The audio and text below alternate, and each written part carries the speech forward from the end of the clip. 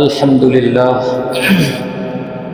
সকল প্রশংসা সেই মহান রব্বুল আলামিনের, যিনি আমাদেরকে আমাদের জীবন থেকে অল্প কিছু সময় কোরআনুল কারীমের তাফসীর ক্লাসে বসে কাটানোর মতো সুযোগ করে দিয়েছেন। সেই মহান রবের দরবারে দিল থেকে কালিমাতুশ শুকর করি, আলহামদুলিল্লাহ। সম্মানিত হাজিরিন, আমরা সূরাতুন নাজিআত এর তাফসীর এবং তরজমার মধ্যে ছিলাম। 5 নম্বর আয়াত পর্যন্ত আমরা আলোচনা শেষ করেছিলাম। আজকে তেলাওয়াত করেছি 14 নম্বর আয়াত পর্যন্ত। 6 নম্বর আয়াত থেকে 14 নম্বর আয়াত পর্যন্ত আজকে আমরা আলোচনা করব ইনশাআল্লাহ। আল্লাহ আমাদেরকে তৌফিক দান করে, আমিন। আসসালামু আলাইকুম ওয়া রাহমাতুল্লাহ। নাহমাদুহু ওয়া নাস্তাঈনুহু ওয়া নাস্তাগফিরুহু ওয়া নু'মিনু বিহি ওয়া নাতাওয়াক্কালু আলাইহি ওয়া নাউযু বিল্লাহি মিন শুরুরি আনফুসিনা ওয়া মিন সাইয়্যাতি আ'মালিনা। من يهده الله فلا مضل له ومن يضلله فلا هادي له ونشهد أن لا إله إلا الله وحده لا شريك له ونشهد أن سيدنا وحبيبنا ومولانا محمدا عبده ورسوله أرسله الله بالحق بشيرا ونذيرا وداعيا إلى الله بإذنه وسراجا منيرا. أما بعد فقد قال الله تبارك وتعالى في كلامه المجيد وفرقانه الحميد. أعوذ بالله من الشيطان الرجيم. بسم الله الرحمن الرحيم. يوم ترجف الراجفة تتبعها الرادفة قلوب يومئذ واجفة أبصارها خاشعة يقولون أئنا لمردودون في الحافرة أإذا كنا عظاما نخرة قالوا تلك إذا كرة خاسرة فإنما هي زجرة واحدة فإذا هم بالساهرة. صدق الله العظيم وصدق رسوله النبي الكريم ونحن على ذلك من الشاهدين والشاكرين والحمد لله رب العالمين. আমার ভাইরা, আমরা আল্লাহ সুবহানাহু ওয়া তাআলার অসংখ্য নিয়ামতের মাঝে ডুবে আছি। আমরা যদি একটা একটা করে গণনা শুরু করি, আমি শেষ হয়ে যাব, আমার জীবন শেষ হয়ে যাবে, আমার মতো কোটি কোটি মানুষ শেষ হয়ে যাবে, সমস্ত সমুদ্রের পানি শেষ হয়ে যাবে, সমস্ত বৃক্ষগুলো কলম হিসেবে ব্যবহার করলে এই বৃক্ষগুলো শেষ হয়ে যাবে, কিন্তু আল্লাহ সুবহানাহু ওয়া তাআলার নিয়ামতগুলো গণে বা লিখে শেষ করা যাবে। আল্লাহু আকবার। এত অসংখ্য নিয়ামতের মধ্যে আমরা আছি। আমরা যদি একটু চিন্তা করি তাহলে এক মুহূর্তের জন্য আল্লাহর নাফরমানি করার কোনো সুযোগ নেই। আমার ভাইয়েরা, সূরাতুন নাজিআত এই সূরার 6 নম্বর আয়াত থেকে আল্লাহ সুবহানাহু ওয়া তাআলা কিয়ামতের ভয়াবহতা নিয়ে কিছু আলোচনা করেছেন। এর আগে আলোচনা করেছেন নেককার এবং বদকারের জান কবজ, রূহ কিভাবে বের হবে, আত্মা কিভাবে বের হবে, ফেরেশতারা কিভাবে জান কবজ করবেন, এই নিয়ে আলোচনা হয়েছে। ছোট্ট ছোট্ট অল্প কয়েকটা আয়াত তেলাওয়াত করেছি, এতটুকু আলোচনা আজকে করব ইনশাআল্লাহ। 6 নম্বর আয়াত আল্লাহ বলতেছেন, ইয়াউমা তারজুফুর রাজিফা। ইয়াউমা শব্দের অর্থ হচ্ছে আজ। ইয়াউমা শব্দের অর্থ আজ, কিন্তু এখানে উঠবে সেদিন। কোন দিন? কিয়ামতের দিন। সেদিন বলতে কিয়ামতের দিন। কি হবে? তারজুফুর রাজিফা, প্রকম্পিতকারী, কাঁপিয়ে তুলবে।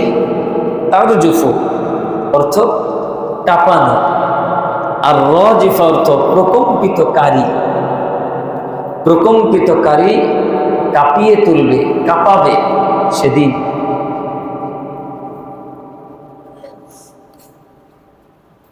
মুফাসসিরিনে কেরাম লেখেন,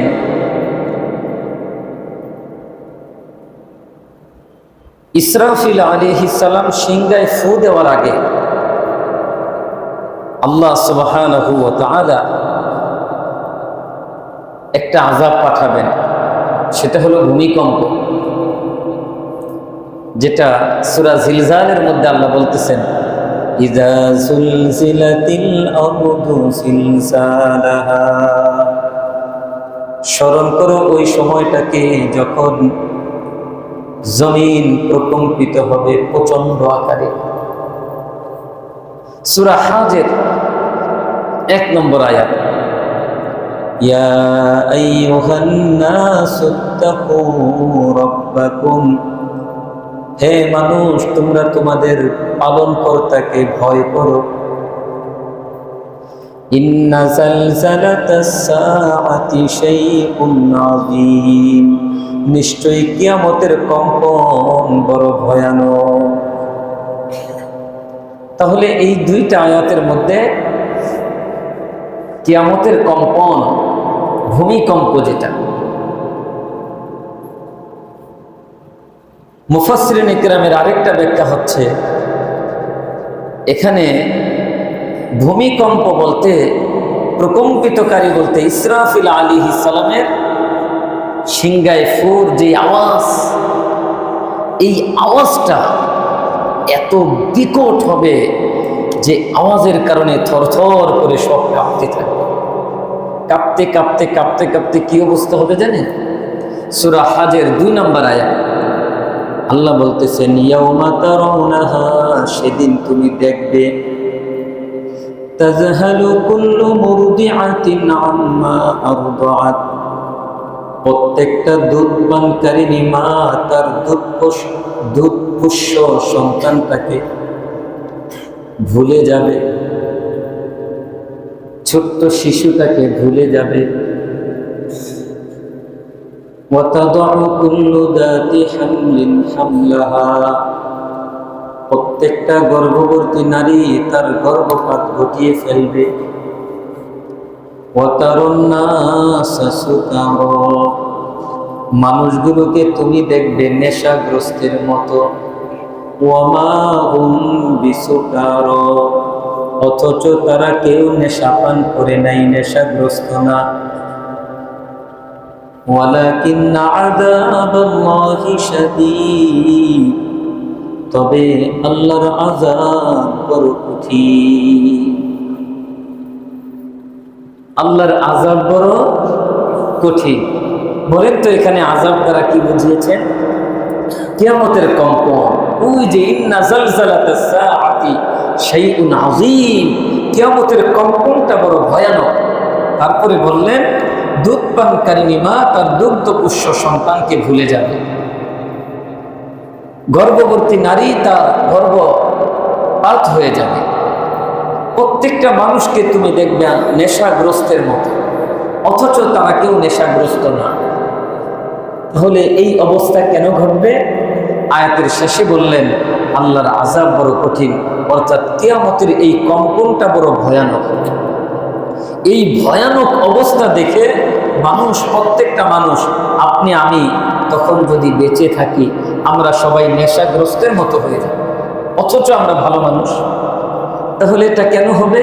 কারণ আযাবটা এতই ভয়ানক, এতই কঠিন, মানুষ তার হিতাহিত জ্ঞান হারিয়ে ফেলবে, মানুষের বুদ্ধি আর কাজ করবে।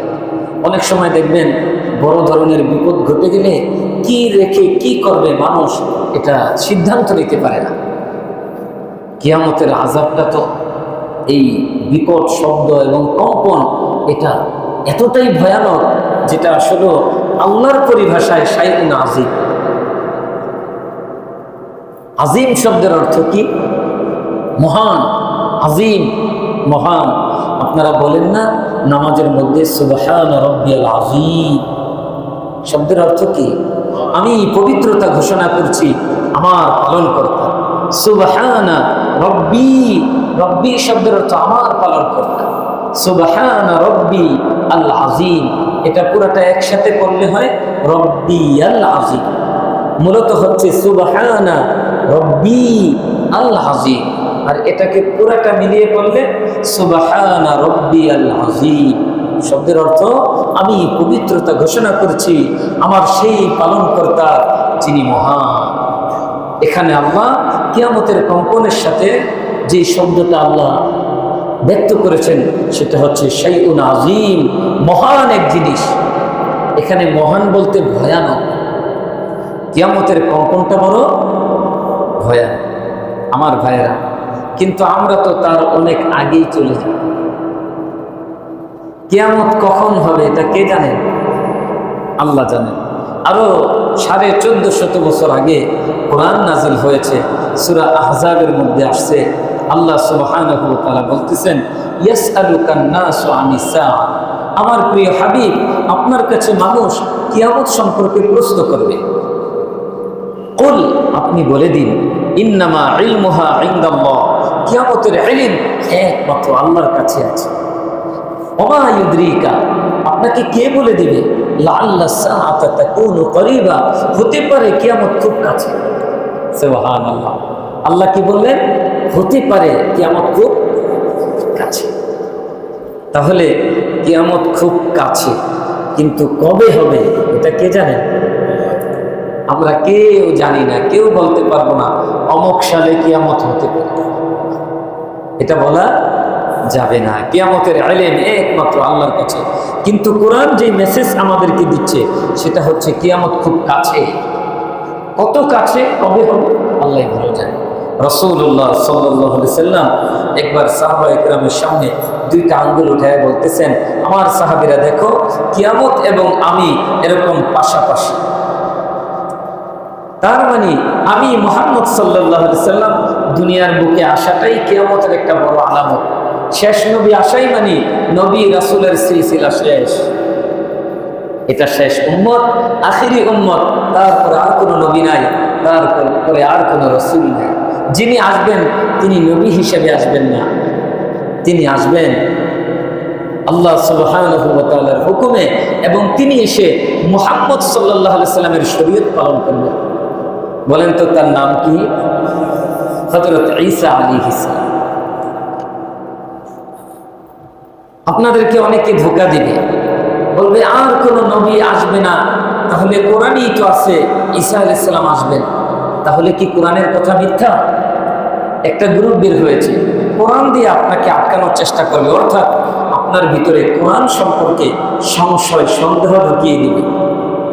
আর মানুষের মধ্যে যখন সন্দেহ ঢুকে যায় তখন তার ইবাদতের মজা নষ্ট হয়ে যায়। যখন স্বামী স্ত্রীর মধ্যে সন্দেহ ঢুকে যায় তখন তাদের আর ওই মজার যে একটা প্রশান্তির যে একটা ভালোবাসা ছিল স্বামী স্ত্রীর মাঝে, সেটা থাকে না। ঠিক তেমনি ভাবে ইবাদতের ক্ষেত্রে আপনার ভিতরে যখন সন্দেহ ঢুকে যাবে তখন ইবাদতের ওই মজাটা আপনার ভিতরে আর থাকবে না।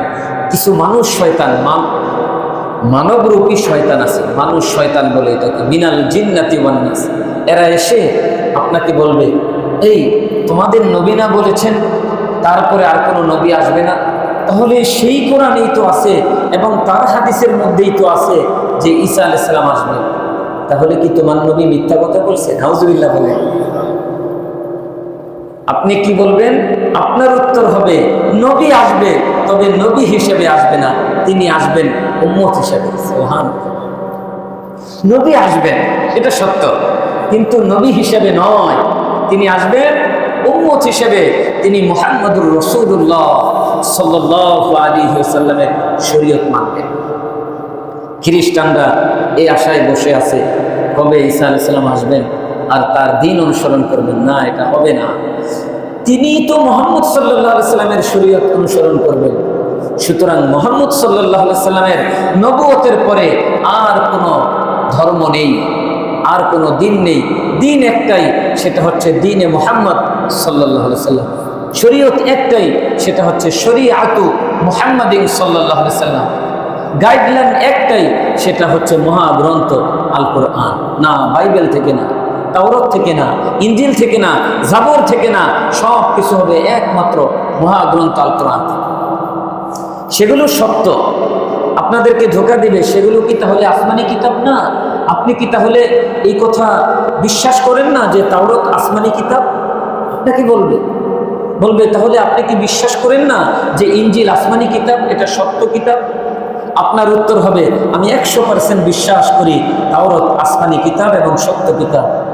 আমি 100% বিশ্বাস করি ইনজিল আসমানি কিতাব এবং সত্য কিতাব। ঈসা আলাইহিস সালামের উপর নাজিল হয়েছে। তাওরাত আসমানি কিতাব, সত্য কিতাব। মূসা আলাইহিস সালামের উপর নাজিল হয়েছে। জাবুর আসমানি কিতাব, সত্য কিতাব। দাউদ আলাইহিস সালামের উপর নাজিল হয়েছে। তবে এই জাবুর, তাওরাত, ইনজিলের বিধান এখন আর চলবে না। এখন এক কিতাবের বিধান চলবে, সেটা হচ্ছে মহাগ্রন্থ আল কোরআন। এজন্য আমার ভাইয়েরা, বর্তমান সময়ে ঈমান রক্ষার জন্য কিছু ইলম লাগবে। আপনার যদি এই বেসিক ইলম না থাকে তাহলে ধোঁকাবাজরা আপনাকে, বিশেষ করে অনলাইনের যুগ, টিপতেছেন হঠাৎ করে এক ইউটিউবে এক ভিডিও চলে আসছে। আপনি হেডলাইনটা দেখে দেখতেছেন চমৎকার এক হেডলাইন, এমন কথা তো কখনোই শুনি নাই। তো আপনি সেটা চালু করলেন, চালু করার পরে একটু শোনার পরে আপনার ভিতরে আপনার দিন নিয়েই সন্দেহ সৃষ্টি হয়ে গেল। আপনার ভিতরে শয়তান সন্দেহের বীজ বপন করে দিল। যখনই আপনার ভিতরে সন্দেহ ঢুকে গেল, আপনার ইবাদত, ঈমান, ইখলাসের মজা নষ্ট করে দিল। এজন্য যে কোনো বিষয়ে সিদ্ধান্ত নেওয়ার আগে হক্কানি, আপনি যাকেই ভালোবাসেন এমন একজন হক আলেমের কাছে এসে আগে শেয়ার করেন যে হুজুর, আমি তো এই বিষয়টা নিয়ে চিন্তিত, আপনি আমাকে একটু পরামর্শ দেন। নিজের থেকে ইউটিউব দেখে, ভিডিও দেখে কোনো সিদ্ধান্ত নেবেন না। আলেমের শরণাপন্ন হবেন, কারণ এটা আল্লাহ সুবহানাহু ওয়া তাআলার নির্দেশ। আল্লাহ সূরা আম্বিয়ার মধ্যে বলতেছেন, ফাসআলু আহলা যিকরি ইন কুনতুম লা তা'লামুন। আমার বান্দারা শোনো, তোমরা ফাসআলু, জিজ্ঞাসা করো, জেনে নাও, আহলা যিকরি, আহলুল ইলমের কাছে, আলেমদের কাছে জিজ্ঞাসা করে জেনে নাও, ইন কুনতুম লা তা'লামুন, যদি তোমরা কোনো বিষয় না জানো, না বুঝো। নিজে নিজে সিদ্ধান্ত নিও না, যারা আহলুল ইলম আছে তাদের কাছে জিজ্ঞাসা করে তোমার সন্দেহ তুমি দূর করে নাও। এই সন্দেহ বেশি দিন তোমার ভিতরে লালন করলে এই সন্দেহ থাকবে না, এটা ক্যান্সারে পরিণত হবে। তোমাকে এরকমও হতে পারে ধর্মদ্রোহী করে তুলবে, তোমাকে ধর্ম থেকে দূরে সরাই দেবে। এজন্য আমার ভাইয়েরা, আমরা এই মেসেজ থেকে কি নিলাম? ইয়াউমা তারজুফুর রাজিফা, আল্লাহর কোরআনের এই আয়াত, আল্লাহ বলছেন প্রকম্পিতকারী কাঁপিয়ে তুলবে। এই প্রকম্পিতকারী কয়টা জিনিস হতে পারে? দুইটা। একটা হচ্ছে প্রকম্পিতকারী ভূমিকম্প, আর একটা হচ্ছে ইসরাফিল আলাইহিস সালামের সিংগায় ফুর যে আওয়াজ, সেই আওয়াজ। এখন বলবেন হুজুর, ইসরাফিল আলাইহিস সালাম যেই বাঁশিটায় ফু দিবেন, এই বাঁশির আওয়াজে এত ভয়ানক হবে, এত কঠিন অবস্থার সৃষ্টি হবে? ভাই, আওয়াজটা অনেক ভয়ঙ্কর হবে। ইসরাফিল আলাইহিস সালামকে আল্লাহ সুবহানাহু ওয়া তাআলা যখন থেকে এই দায়িত্বটা দিয়েছেন যে তুমি এই বাঁশিতে ফু দিবা, তখন থেকে তিনি বাঁশি নিয়ে দাঁড়িয়ে আছেন, আল্লাহর দিকে তাকিয়ে আছেন। আল্লাহ কখন বলবেন আর কখন তিনি ফু দিবেন, তার কাজ এইটাই। তিনি যে বাঁশিটা নিয়ে দাঁড়িয়ে আছেন, মুফাসসিরিনে কেরাম লেখেন, ওই বাঁশিটা, আপনারা বাঁশি দেখছেন, বাঁশির আওয়াজ বের হওয়ার জন্য ছিদ্র আছে না? ওই বাঁশিটার আওয়াজ বের হওয়ার জন্য কি আছে? ছিদ্র আছে। ওই ছিদ্রগুলো এত বড় বড়, পুরো আসমান জমিনকে একত্রিত করে যদি ওই ছিদ্র দিয়ে প্রবেশ করানো হয়, ওই ছিদ্র দিয়ে ঢুকে যাবে। আল্লাহু আকবার। তাহলে বাঁশির ছিদ্র যদি এত বড় হয়, ওই বাঁশিটা কত বড়? আর ওই বাঁশিতে যে ফেরেশতা ফু দিবেন, ওই ফেরেশতা কত বড়, কত শক্তিশালী। আর এই ফেরেশতাকে যেই মহান রব্বুল আলামিন সৃষ্টি করেছেন, তিনি কত বড়, তিনি কত মহান। আল্লাহু আকবার। এজন্য আমার ভাইয়েরা, আল্লাহ সুবহানাহু ওয়া তাআলা বলেন, বান্দা স্মরণ করো ওই দিনটাকে, যেই দিন প্রকম্পিতকারী কাঁপিয়ে তুলবে। তাতবাউহার রাদিফা, 7 নম্বর আয়াত। তার অনুসরণ করবে পরবর্তীটা, তার অনুসরণ করবে। তাতবাউ অর্থ অনুসরণ করা, তার অনুসরণ করবে কে? আর রাদিফা, পশ্চাতে আগমনকারী, পরবর্তীটা। এখানে মুফাসসিরিনে কেরাম লেখেন, এটা দ্বারা উদ্দেশ্য দ্বিতীয় সিংগায় ফুর আওয়াজ, অর্থাৎ প্রথমটা হওয়ার পরে আবার আরেকটা ফু দিবেন। প্রথম সিংগায় ফু দেওয়ার পরে পুরা দুনিয়া মেসাকার হয়ে গেল, সব ধ্বংস হয়ে গেল, সমস্ত মানুষ, সমস্ত প্রাণী, সব কিছু শেষ। এবার দ্বিতীয় সিংগায় ফু দেওয়ার পরে আবার সব জীবিত। সুবহানাল্লাহ। এখন বলতে পারেন যে হুজুর, এই যে একবার ফু দেওয়ার পরে দ্বিতীয়বার যে ফু দিবেন, এই দুই ফুর মাঝে ব্যবধান কতটুকু হবে? রাসূলুল্লাহ সাল্লাল্লাহু আলাইহি ওয়াসাল্লাম ইরশাদ করেন, এই দুই ফুর মাঝে ব্যবধান হচ্ছে কমপক্ষে 40 বছর। আল্লাহু আকবার। তাহলে যেই ব্যক্তি সবার পরে মারা যাবে, সেও কবরে কয়দিন থাকবে? 40। এখন 40 বছরও হতে পারে, 40,000 বছরও হতে পারে, 40 থাকবে। আমরা কমটাই ধরলাম, 40 বছর আর 42 সানা। কিন্তু আমার ভাইয়েরা, এই 40 বছর একজন সবার শেষে যে মারা যাবে সে থাকবে, আর আমরা যারা এখন মারা যাচ্ছি, আমরা কতদিন থাকবো? আল্লাহু আ'লাম, আল্লাহই ভালো জানে। আহারে, এই কবরে এতদিন থাকতে হবে, কোনো টেনশন আছে ভাই? না, কোনো টেনশন নেই। হযরত ওসমান রাদিয়াল্লাহু তাআলা আনহু, আপনাদের নজরে কেমন সাহাবী? খুব জলিলুল কদর সাহাবী না? রাসূলুল্লাহ সাল্লাল্লাহু আলাইহি ওয়াসাল্লামের খুব আদরের সাহাবী। নবীজির দুইজন কন্যা সন্তানকে যিনি বিয়ে করেছেন তার নাম কি? হযরত ওসমান গনি রাদিয়াল্লাহু তাআলা আনহু। ওসমান রাদিয়াল্লাহু তাআলা আনহুকে নবীজি খুব আদর করে একটা উপাধি দিয়েছিলেন, সেটা হচ্ছে গনি। ওসমান গনি, গনি মানে ধনী। তিনি খুব ধনী মানুষ ছিলেন, মনটা ছিল বিশাল। আল্লাহু আকবার।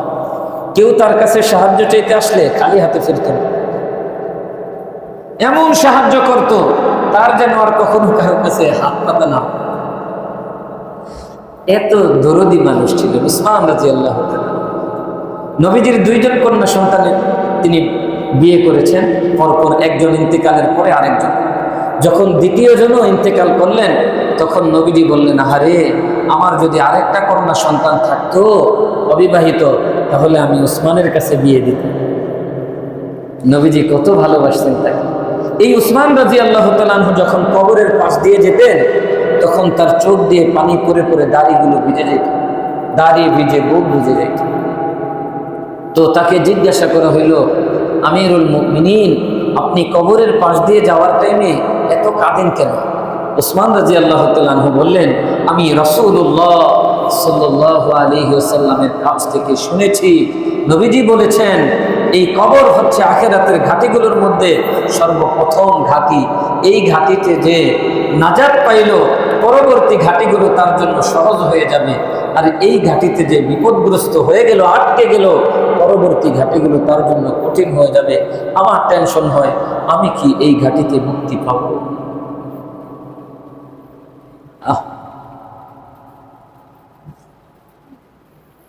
তিনিও তো মৃত্যুর কথা স্মরণ করতেন, আমিও তো করি। তিনিও তো কবরের পাশ দিয়ে যেতেন, আমিও তো যাই। আমার মাঝে তার মাঝে কত পার্থক্য, আমার ইমান আর তার ইমানের মাঝে কত পার্থক্য, আমার ইয়াকিন আর তার ইয়াকিনের মাঝে কত পার্থক্য, আমার আমল আর তার আমলের মধ্যে কত পার্থক্য। অথচ তিনি যে জান্নাত কামনা করতেন, আমিও তো সেই জান্নাতই চাই। তিনি যে জাহান্নাম থেকে বাঁচতে চাইতেন, আমিও তো সেই জাহান্নাম থেকেই বাঁচতে চাই। তিনি যেই কবরের চিন্তা করতেন, আমিও তো সেই কবরেরই চিন্তা করি। আমার এই বেহাল দশা কেন ভাই? কারণ আমার ওই পরিমাণ ঈমান নাই, আমার ওই পরিমাণ ইয়াকিন নাই। এজন্য আমার ভাইয়েরা, কবরের কথা চিন্তা করো। কবরের কথা চিন্তা করলে ঈমান মজবুত হবে, আমলের মধ্যে মজা পাবেন, আমলের মধ্যে স্বাদ আসবে, আমল বেশি বেশি করার আগ্রহ পয়দা হবে।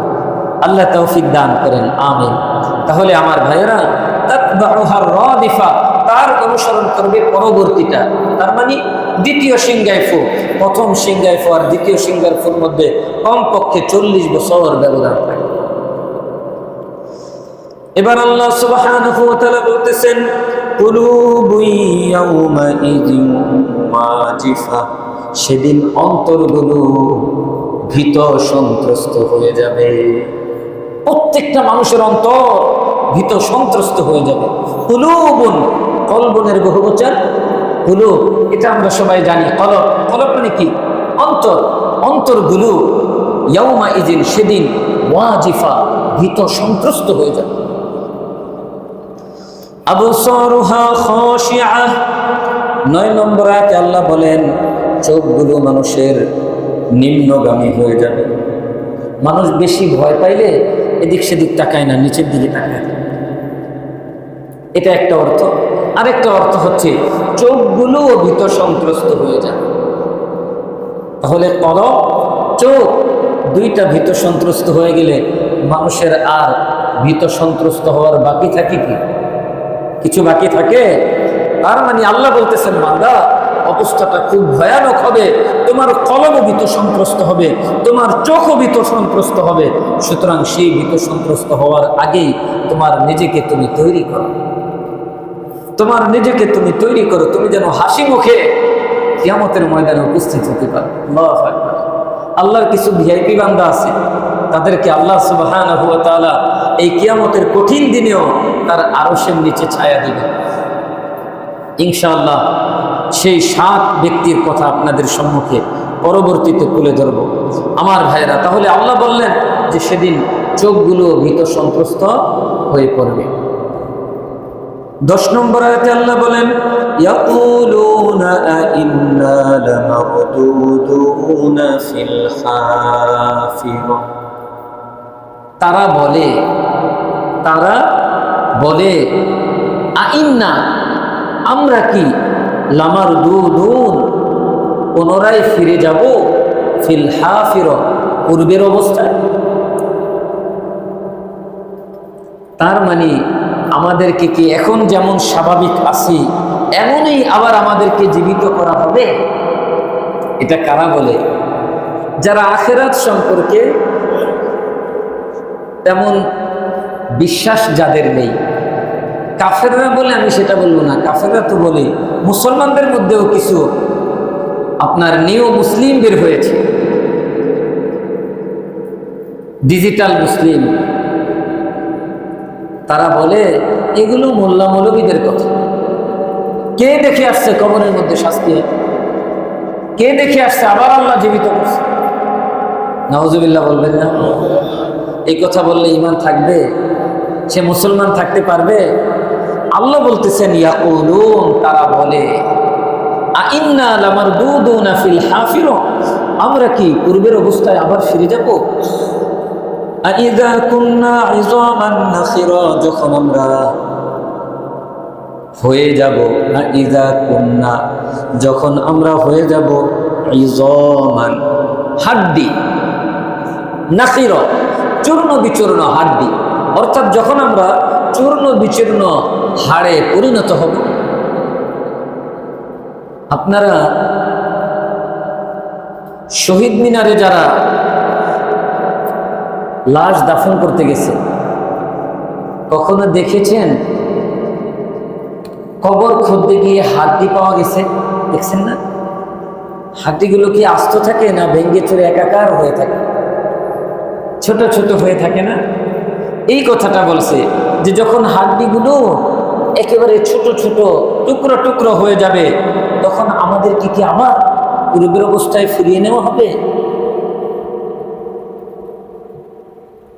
এবার তারা বলে ক্বালু, তারা বলে তিলকা ইযান কাররাতুন খাসিরা,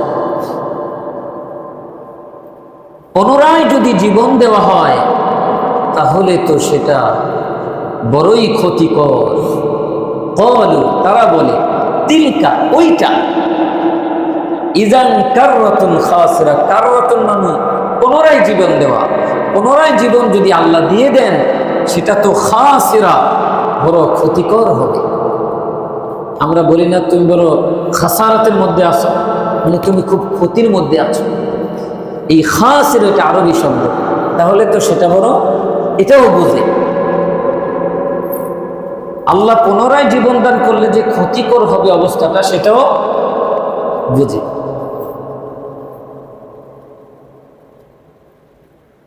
আপনি দেখবেন আমাদের সমাজে অনেক শিক্ষিত মানুষ আছে, আপনি যদি অপরাধের কথা বলেন না, ভাই এটা তো ঠিক না, ভাই বুঝি বুঝি বুঝি, আমি তোমার থেকে কম বুঝি না, ভাই তাহলে করেন কেন? বলো যে এটা তুমি বুঝবে না। বুঝি বুঝি, তোমার থেকে কম বুঝি না, তাহলে এটা করেন কেন? বুঝেন যে, বলো যে এটা তুমি বুঝবে না। এই মজা শুধু তিনিই পেয়েছেন, এটা আপনারা বুঝবেন না। ঠিক এই ভাবটা ছিল, এটা মুশরিকদের, এটা মুমিনের না। মুশরিকরা বলতো বুঝি, মুহাম্মদ সাল্লাল্লাহু আলাইহি সাল্লাম যা বলে বুঝি, যদি পুনরায় জীবন দেওয়া হয় তাহলে তো সেটা আবার বড় ক্ষতিকর হবে, এটা বুঝে। ভাই তাহলে করো কেন? যাও যাও, তুমি যাও, এটা তুমি বুঝবা, আছে না? আচ্ছা, খুব সহজ একটা ব্যাপার। এখন অনেক ভাই আমার উপরে রাগ করবেন, রাগ করেন না। যারা সিগারেট সেবন করেন, ওই প্যাকেটের উপরে লেখা আছে না এটা ফুসফুসে ক্ষতি করে, লিভারে ক্ষতি করে, ভয়ঙ্কর এক ছবি দেওয়া থাকে। তো জিজ্ঞাসা করলাম, ভাই এই প্যাকেটের মধ্যেও লেখা, ছবিও দেওয়া আছে, তো এটা কেন সেবন করেন কেন ভাই? বলে যে ভাই বুঝি বুঝি। কেন সেবন করেন? বলে যে এটা আপনি বুঝবেন, এটা ক্ষতিকর, এটা বুঝে, কিন্তু এটা আমলে নেয় না। ঠিক তেমনিভাবে মুশরিকরা বলতো মুহাম্মদ সাল্লাল্লাহু আলাইহি ওয়াসাল্লাম যা বলেন বুঝি, কাররাতুল খাসিরা, ভাই তাহলে ফিরে আসো, ফিরে আসা যাবে না, সেটা মানব না। এবার আল্লাহ সুবহানাহু ওয়া তাআলা আলোচনাটা শেষ করে দিয়েছেন দুইটা আয়াত দিয়ে। আল্লাহ বলতেছেন, দেখো ফাইন্নামা হিয়া জাজরাতুন ওয়াহিদা, মানুষগুলো যে মরে যাবে, পৃথিবীটা ধ্বংস হয়ে যাবে, সব কিছু চূর্ণ বিচূর্ণ হয়ে যাবে, একেবারে ধুলিত তুলার ন্যায় করতে থাকবে। ফাইন্নামা হিয়া জাজরাতুন ওয়াহিদা, সেটা কিছুই না, শুধুমাত্র একটা বিকট আওয়াজ, একটা আওয়াজ। জাজরাতুন ওয়াহিদা, জাজরাতুন অর্থ বিকট শব্দ, আর ওয়াহিদা শব্দের অর্থ এক। তাহলে জাজরাতুন ওয়াহিদা সেটা হবে একটা বিকট আওয়াজ। এই বিকট আওয়াজ যখন হবে, আল্লাহ তারপরে 14 নম্বর আয়াত বলে এই আলোচনা শেষ করে দিচ্ছেন। আল্লাহ বলতেছেন ফাইজা হুম বিসাহিরা, তখনই হঠাৎ করে তারা সবাই দেখবে খোলা ময়দানে উপস্থিত। অর্থাৎ প্রথম সিংহায় ফু দেওয়ার পরে সব শেষ, নদী নালা সমুদ্র আর কিছু থাকবে না। সূরা তাহার মধ্যে আল্লাহ বলতেছেন লা তারা ফিহা ইওয়াজা ওয়ালা আমতা, তুমি আর কোনো উঁচু নিচু পাবা না, আঁকা বাঁকা পাবা না, পুরা পৃথিবী সমতল। এবার যখন দ্বিতীয় সিংহায় ফু দেওয়া হয়েছে, সবাই উঠে গেছেন, উঠে দেখতেছে আমরা সবাই ময়দানে উপস্থিত। বলেন তো ভাই, এই ময়দানের নাম কি? এই ময়দানের নাম হচ্ছে ইয়াউমুল মাহশার, এটাই হচ্ছে হাসরের ময়দান। আপনার এই দুনিয়াটাই হাসরের ময়দান হয়ে যাবে। শুধু এই দুনিয়া না, আল্লাহ আরো কত বড় করে দিবেন, আল্লাহই ভালো জানেন। দুনিয়ার শুরু থেকে নিয়ে শেষ পর্যন্ত সমস্ত মানুষ উপস্থিত হবে। কত বড় যে আল্লাহ করবেন, আল্লাহই ভালো জানেন।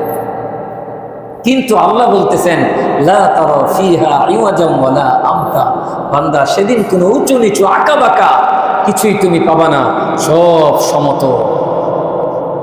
এই আয়াতে সেটা বলছেন ফাইজা হুম বিসাহিরা, একটা মাত্র বিকট শব্দ, তারপরে সবাই দেখবে সমতল ভূমিতে তারা উপস্থিত, মানে হাসরের ময়দানে উপস্থিত।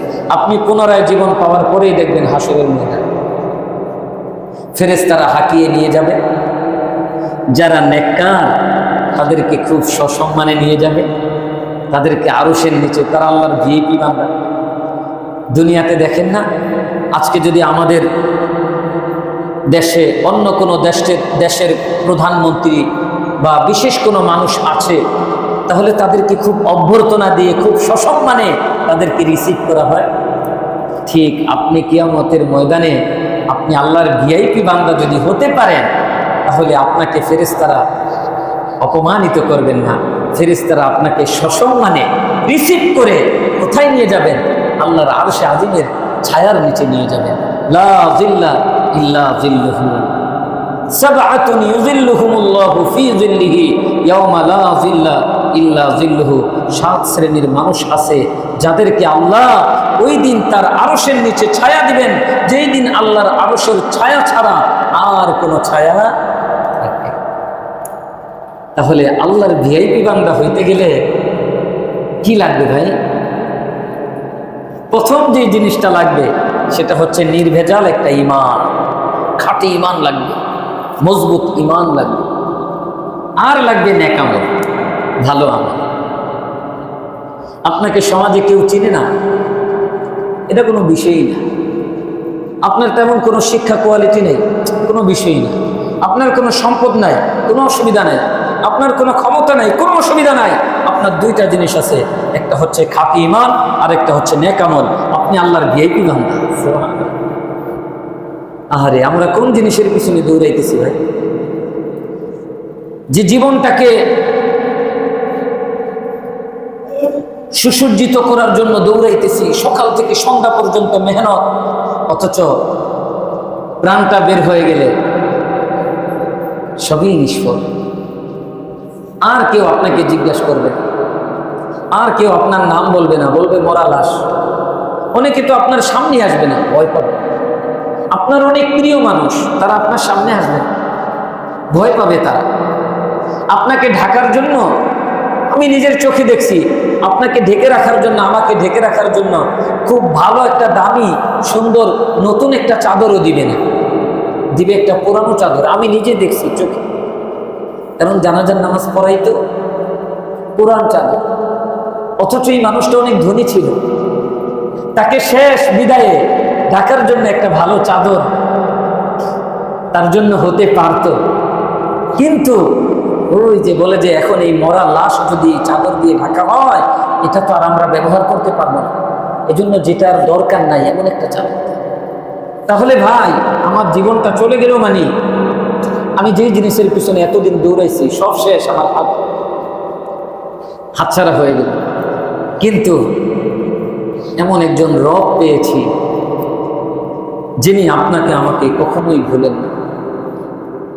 এমন একজন রব, আপনি হাজারো গুনাহ করেছেন, গোপনে দুইটা হাত তুলে চোখের পানি ছেড়ে দিয়ে আপনি রবকে ডাক দিছেন। রব বলতেছে, বান্দা এত টেনশন করো না, যা মাফ করে দিল। শুধু মাফই শেষ না, আমি তোমার যে গুনার জায়গাগুলো ছিল সেগুলো তো শূন্য হয়ে গেল, এগুলো আমি নেক আমল দিয়ে পরিপূর্ণ করে দিই। এমন একজন রব, এমন একজন মালিক, এমন একজন খালিক, এমন একজন রাজ্জাক, এমন একজন রহমান, এমন একজন রহিম রব পেয়েছে আল্লাহ। ওই রবকে কিভাবে কষ্ট দেই ভাই, ওই রবের নাফরমানি কিভাবে করি, একটু নিজেকে প্রশ্ন করি। এমন একজন রব পেয়েছি যার রহমত ছাড়া আমি এক সেকেন্ড চলতে পারবো না। হাজারো গুনাহ করার পরে তিনি তার রহমত থেকে আমাকে দূরে সরাইয়া দেন। আপনি দুনিয়াতে একটা মানুষকে কষ্ট দিবেন একবার, দুইবার, তিনবার, চতুর্থবারের সময় যত প্রিয় মানুষ হোক আপনাকে ধাক্কা দিয়ে ফেলে দিন, দূরে সরাইয়া দিন। কিন্তু আপনি আমি যদি হিসাব করি জীবনে কত গুনাহ করেছি, কত অপরাধ করেছি, একটি বারের জন্য আমার রব আমাকে তার রহমত থেকে দূরে সরাইয়া দেন। একটি বারের জন্য আমার শ্বাস নিঃশ্বাসটা বন্ধ করে দেন না, একটি বারের জন্য আমার রিজিকটা বন্ধ করে দেন না, আমার চোখের দৃষ্টিটা নিয়ে যান না, আমার হাঁটার শক্তিটা নিয়ে যান না, আমার ধরার শক্তিটা ঠিক রাখছেন, আমার বলার শক্তি ঠিক রাখছেন। আমার ভাইয়েরা, এই রবকে কি ভোলা যায়? এই রবের নাফরমানি করা যায়? কি বলেন, করা যায়? আমরা আর নাফরমানি করতে চাই না, আমরা রবকে সন্তুষ্ট করতে চাই। আল্লাহ আমাদের সকলকে তৌফিক দান করেন, আমিন। ইনশাআল্লাহ আমরা পরের ক্লাসে 15 নম্বর আয়াত থেকে শুরু করব। আল্লাহ আমাদের